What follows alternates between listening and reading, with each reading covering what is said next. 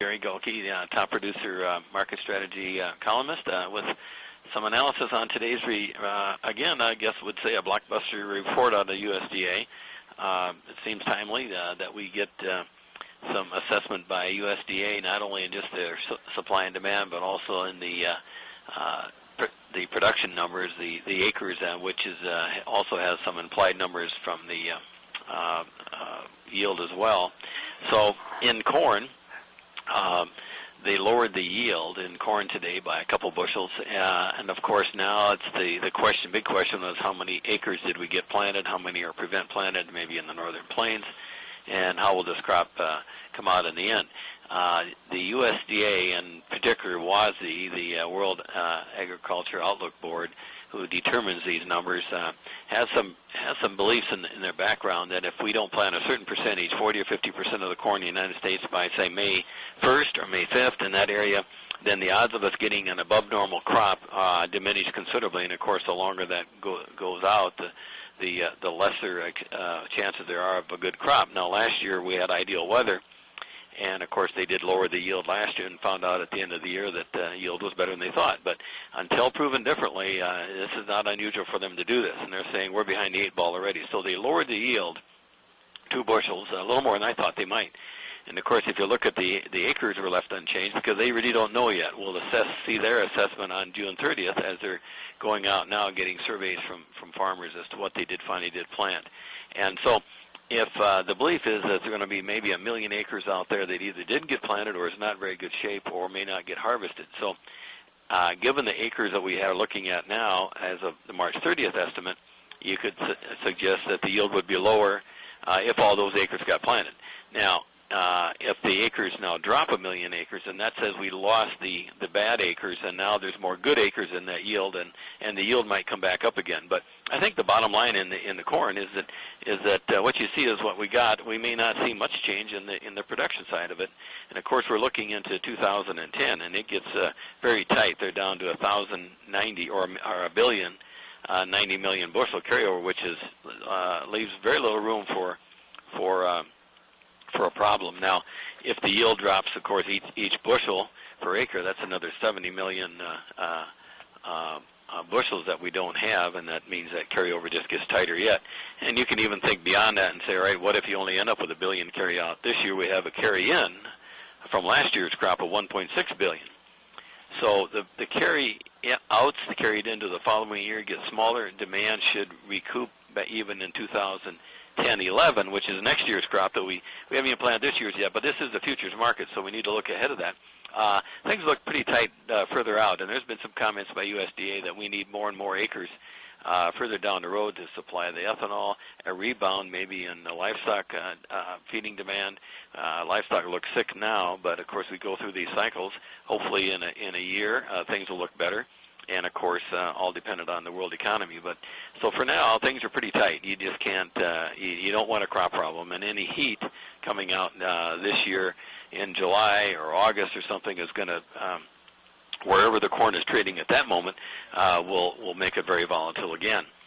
We need ideal weather from henceforth, and also can't afford to lose any acres. If you look at the numbers, they did not imply a loss of any acres. We know there's acres lost in the eastern corn belt. We don't know how many have been gained in the western corn belt because maybe those planters kept on rolling. So we got a problem in corn, and in soybeans we knew we had a problem because of Argentina, South America, basically dropping their crops this year significantly. The U.S. only has so many acres to plant, and we may plant more bean acres this year. The government has it up slightly. However, the carryout going into next year is already down to 210 million bushels. And here again, and they've got 42.6 bushels per acre, which is 3 bushels better than last year. You have to assume that this year's crop is probably getting off to no better start than last year. You lower it to last year's yield at best, and you drop it another 200 million bushels, which means you run out of soybeans next year at this time. So we have the same problem going forward as we have now. Now we really need to rely on South America to plant more acres next year. And what kind of a price incentive do we give them next fall as we harvest our crop and they begin to plant the sole source after September 1st? We'll have the lowest carryout in history, I believe, out of South America going into our harvest of our crop next fall. So we can't afford to sell any more beans than we have right now on the books. We need China to not take delivery of some. We need them to roll ahead and say we'll take them next fall. However, China knows that there's very tight supplies next fall. How do we know we're not going to have to pay just as much next fall as we are today for these beans? So a lot of uncertainty, and at least from a risk management standpoint, there's just as much risk on the end user as is on the farmer for a change. So the book for next fall, buying soybeans and exporting beans for our new crop, probably will be a record. So there's going to be big demand for soybeans next fall. And then we step into wheat, and wheat has been a dog all year long, yet it's continuing to make new highs in some of the recent moves. They raised the carryover about 12 million bushels because they don't think they'll feed as much, and that type of thing. But very good crops in Eastern Europe. I think what we have as a backstop here is that if corn gets too tight, we will have to feed some wheat somewhere. So I think we'll look to wheat as being maybe feed another 100 million bushels before next June comes around a year from now. So again, this whole thing is looking ahead. What we got is what we got. We got 1.6 billion bushels left over in old crop in corn, and maybe 100 million bushels in beans. Things are tighter in beans than they are in corn.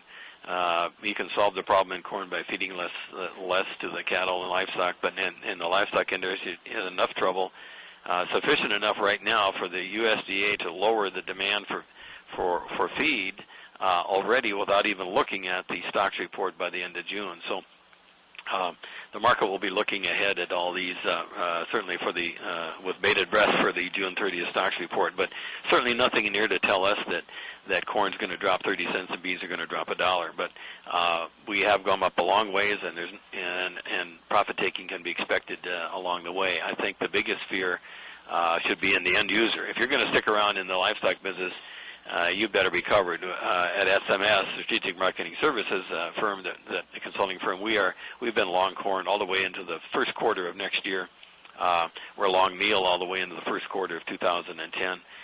Meal is on fire, but December meal is $70 less than July, suspecting the market's thinking the demand may be less because less hogs or less turkeys or less chickens, but also giving a person the incentive by having the current price for soybean meal very high and inverse, saying please don't use as much now, there'll be more later, there'll be a harvest later. We've been buying our meal for the final quarter of this year into the December months, and it's been pretty strong as well. So you have a bullish report again, almost like we had last year at these times, only we are skewed a lot lower, a couple dollars a bushel less in corn. I think we were $6.70 last year at this time, but we can afford more corn. We need higher prices. We can stand some of that. And if July corn today closes above $4.50, that would be a real breakthrough.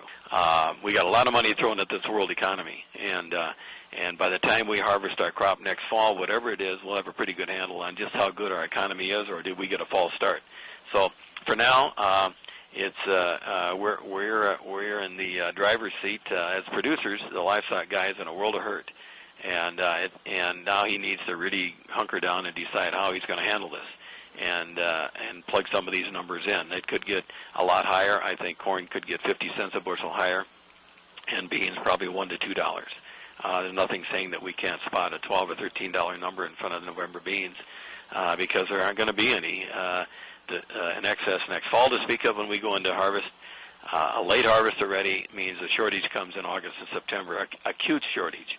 And so it keeps the fire under this thing quite a while longer yet, but expect volatility to return, not like last year. But certainly you need to reassess your production, your costs, and so forth, and look at it.